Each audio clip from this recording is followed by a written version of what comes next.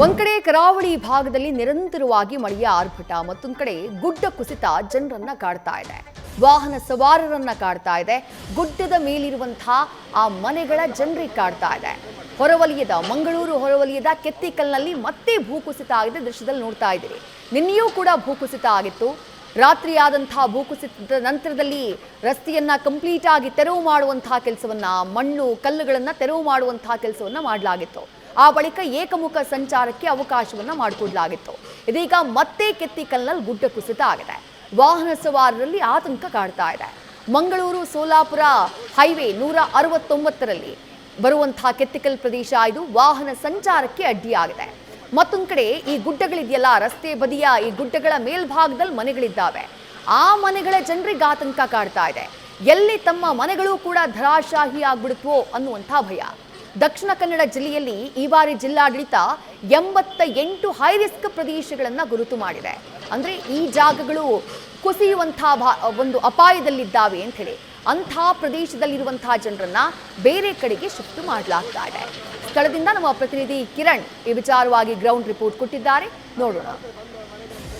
ಮಂಗಳೂರು ಹೊರವಲಯದ ಕೆತ್ತಿಕಲ್ ಪ್ರದೇಶದಲ್ಲಿ ಮತ್ತೆ ಭೂಕುಸಿತ ಆರಂಭವಾಗಿದೆ. ನಿನ್ನೆ ಸುರಿದ ಮಳೆಗೆ ಈ ಭಾಗದಲ್ಲಿ ಗುಡ್ಡ ಕುಸಿದು ರಸ್ತೆ ಮೇಲೆ ಬಿದ್ದಿತ್ತು.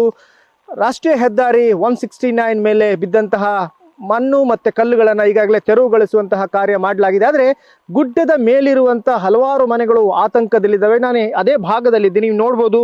ಇದು ಕೆತ್ತಿಕಲ್ ಭಾಗದ ಮನೆಗಳು.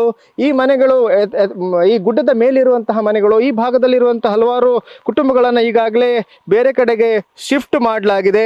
ಆದರೆ ಈ ಭಾಗ ಮತ್ತೆ ಕುಸಿಯುವಂಥ ಆತಂಕ ಇದೆ. ಯಾಕಂದರೆ ಮತ್ತೆ 3 ದಿನಗಳ ಕಾಲ ರೆಡ್ ಅಲರ್ಟ್ ಘೋಷಣೆ ಮಾಡಲಾಗಿದೆ. ಈ ಹಿನ್ನೆಲೆಯಲ್ಲಿ ಭಾರಿ ಪ್ರಮಾಣದಲ್ಲಿ ಮಳೆ ಆಗುವಂತಹ ಒಂದು ಆತಂಕ ಇದೆ. ಈ ಕೆತ್ತಿಕಲ್ ಗುಡ್ಡ ಕ್ಷಣ ಕ್ಷಣಕ್ಕೂ ಕುಸಿತಾ ಇದೆ. ಈಗಾಗಲೇ ಈ ಭಾಗದಲ್ಲಿ ಅಂದರೆ ಕಳೆದ ವರ್ಷ ಇದೇ ಭಾಗದಲ್ಲಿ ಗುಡ್ಡ ಕುಸಿತ ಆಗಿತ್ತು. ಭಾರಿ ಅಪಾಯದ ಸ್ಥಿತಿಯಲ್ಲಿತ್ತು ಈ ರಾಷ್ಟ್ರೀಯ ಹೆದ್ದಾರಿ 169. ಈ ಬಾರಿ ಕೂಡ ಈ ಗುಡ್ಡ ಕುಸಿತ ಆಗಿರುವಂಥದ್ದು. ನಿನ್ನೆ ರಾತ್ರಿ ಸುರಿದಂತಹ ಭಾರಿ ಮಳೆಗೆ ಗುಡ್ಡ ಕುಸಿದು ರಸ್ತೆ ಮೇಲೆ ಬಿದ್ದಂಥದ್ದು. ಈ ರಸ್ತೆಯಲ್ಲಿ ಸಾವಿರಾರು ವಾಹನಗಳು ಓಡಾಡ್ತವೆ. ಇದು ಮಂಗಳೂರಿಂದ ಸೋಲಾಪುರ್ ಕನೆಕ್ಟ್ ಆಗುವಂತಹ ಒಂದು ರಾಷ್ಟ್ರೀಯ ಹೆದ್ದಾರಿ. ಹಾಗೆಯೇ ಮಂಗಳೂರಿನಿಂದ ಮೂಡುಬಿದ್ರೆ ಹೋಗುವಂತಹ ಒಂದು ಪ್ರಮುಖ ರಸ್ತೆ ಕೂಡ.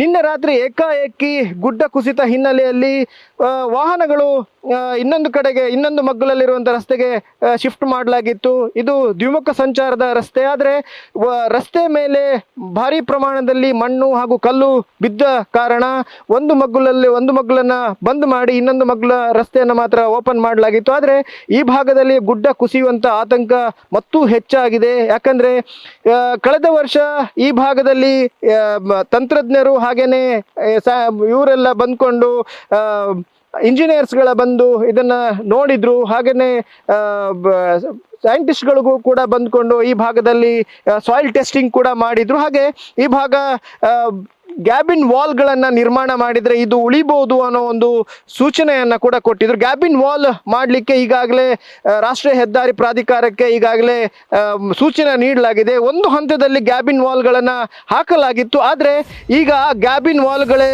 ಮುರಿದು ಬಿದ್ದಿರುವಂಥದ್ದು, ಮಣ್ಣು ಆ ಗ್ಯಾಬಿನ್ ವಾಲ್ಗಳನ್ನೇ ತಗೊಂಡು ರಸ್ತೆಗೆ ಬಿದ್ದಿರುವಂಥದ್ದು. ಈ ಹಿನ್ನೆಲೆಯಲ್ಲಿ ಮತ್ತೆ ಆತಂಕ ಆರಂಭವಾಗಿದೆ. ದಕ್ಷಿಣ ಕನ್ನಡ ಜಿಲ್ಲೆಯಲ್ಲಿ ಈಗಾಗಲೇ 88 ಹೈ ರಿಸ್ಕ್ ಏರಿಯಾಗಳನ್ನು ಗುರುತು ಮಾಡಲಾಗಿದೆ. ಅದರಲ್ಲಿ 35 ಬೆಳ್ತಂಗಡಿ ಹಾಗೆಯೇ 13 ಉಳ್ಳಾಲ ಭಾಗದಲ್ಲಿ ಗುರುತಿಸಲಾಗಿದೆ. ಮತ್ತೆ ಗುಡ್ಡ ಕುಸಿಯುವಂಥ ಆತಂಕ ಇದೆ. ಈ ಹಿನ್ನೆಲೆಯಲ್ಲಿ ಜನರು ತುಂಬ ಜಾಗ್ರತೆಯಲ್ಲಿರಬೇಕು. ಹಾಗೆ ಮಳೆ ಬಂದಾಗ ಗುಡ್ಡದ ಮೇಲಿರುವವರು ಹಾಗೆ ಗುಡ್ಡದ ಕೆಳಗೆ ಇರುವವರು ಬೇರೆ ಕಡೆ ಶಿಫ್ಟ್ ಆಗಬೇಕು ಅನ್ನೋ ಒಂದು ಸೂಚನೆಯನ್ನು ಕೂಡ ಜಿಲ್ಲಾಡಳಿತ ನೀಡಿದೆ. ಕ್ಯಾಮರಾಮ್ಯಾನ್ ಪ್ರಶಾಂತ್ ಅವರೊಂದಿಗೆ Kiran Sirsikar, news first, Mangaluru. News first ನಿರ್ಭೀತಿಯಿಂದ ನಿಮ್ಮ ಪರವಾಗಿ.